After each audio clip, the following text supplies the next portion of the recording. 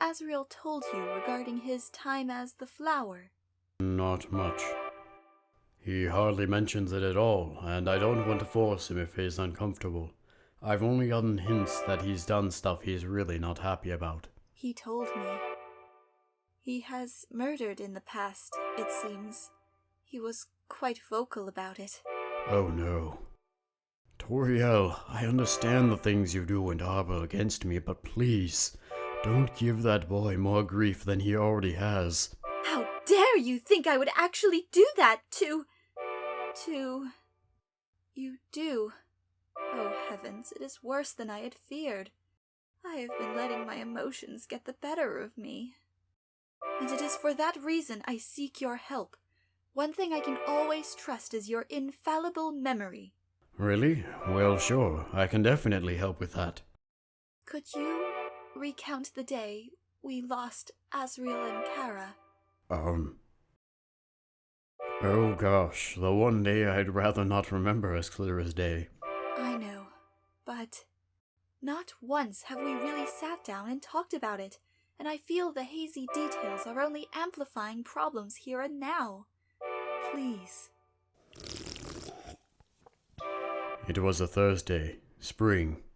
Kara was ill and bedridden for days, yet that reporter with a weird laugh insisted on coming by anyway to record a tour of the house. The laugh I remember. Don't you worry, Your Highness. We can always cut them out in editing. They're not part of the decor.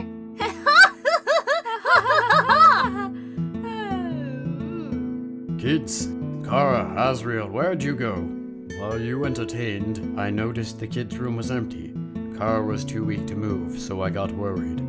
And your husband grew these? Along with every plant in and around the home. It is a passion of his. I didn't expect someone in a white fur coat to have a green thumb. Okay, that was admittedly clever. And here is the barrier.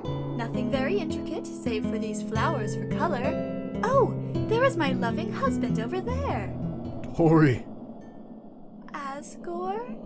They're both gone. It felt as though my own soul was threatening to shatter. I remember just howling all the way to the ritual. But Asgore, you did not cry. You hardly spoke. You seemed to have shut down completely.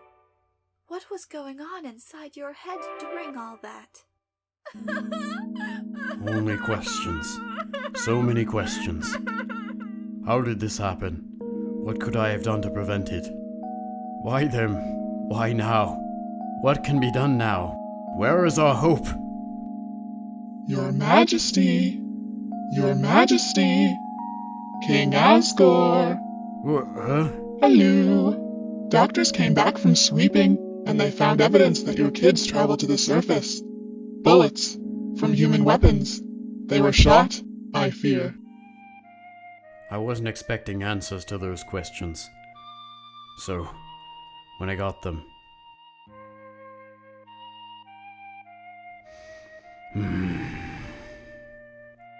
My mouth moved before my mind could. Citizens, today marks a heavy loss for our family. Our children, Asriel and Kara, were found dead this afternoon. These two innocents symbolized hope of our future. Hope that man and monster could live united, that humans were capable of love and compassion. But it's clear that's not the case. You may think we've lost hope, that once again, the humans have taken everything from us. But my people, this is false. They've taken our hope for peace, but not our hope for freedom. It's obvious now that our destiny is not coexistence, but taking back what was once ours. I swear to you, monsters of the underground, that I will find the souls needed to break the barrier. By force if I have to. I will correct the wrongs we have faced for eons. Our future will shine crimson with the blood spilled by any human who dares cross us again. Be it man, be it woman, or child. Up to that point, You were so full of heartbreak and sorrow.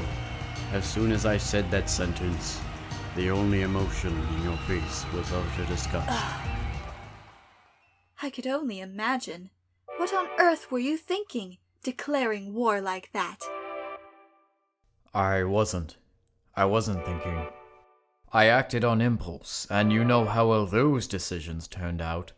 Like the time you purchased that camper without checking if it still had its motor? In my defense, that guy never mentioned it was a restoration project. Or that time you gave me one of those Oh Pie shirts thinking it was a kitten's face? Oh gosh, that, huh. And let's not to mention every time you hid the coupons from me so I wouldn't go crazy at the market. Oh heavens, absolutely. Huh. Doesn't justify anything, though. I know it doesn't. Even in the right mind, I'd need someone to stop me from doing something incredibly stupid. I suppose neither of us were in their right mind. It is no excuse for what I did. The whole ordeal is my fault. It is no excuse for me either, then. Not when I could have stopped you. Beg pardon? I should have stopped you. I should have done something to calm you down, instead of run off. I was so distraught, and bent on making sure no child would ever hear the roars of fury I had heard. I did not think about the wails of sorrow that surely came after. I did not want to be part of any plot for murder. I did not want that blood on my hands. Not that my efforts to prevent that amounted to anything. 6 human souls harvested because a sentimental old goat could not keep them in the ruins. Toriel. And with every life lost, of course I had to take it out on you. I intended to hurt you. I wanted to hurt you. I had to be sure you were pained with the same guilt I had, losing those children. But if I had known I was hurting my son as well, I would have... Perhaps I would have realized earlier how much of a prideful fool I had become. Tor. I am a fool to hold that against you so incessantly. You were grieving and trying to keep hope from dying. Hope of better times ahead. You continue to do that for Asriel.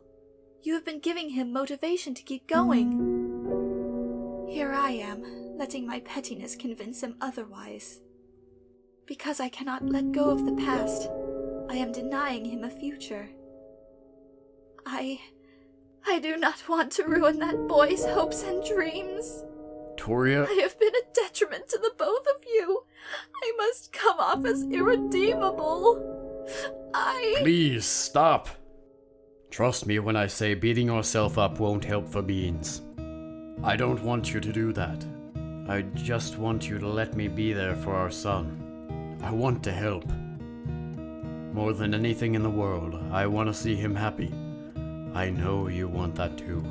So you and I, we're going to make that happen no matter what. Step by step, but we will. He deserves at least that much from a couple of sad old monsters, right? Right. The important thing is that you made your situation clear. It's obvious you both share an issue of clinging to the past. Nobody is perfect, after all. If you're trying your best to overcome, who's to say she wouldn't? If you say so. See you next week! Yeah. Huh? Hello. Mom, he's within fireballing range. Har har. My child, I must apologize. I have not been the most exemplary parent, and my refusal to change has been hurting you severely. I failed you for that, but I will not make that mistake again. That being said, I must make this very, very clear. Regardless of what you did in the past, no matter how unpleasant, you are our son. Nothing will ever change that. Should you ever feel down, remember... You're never alone. We're here for you.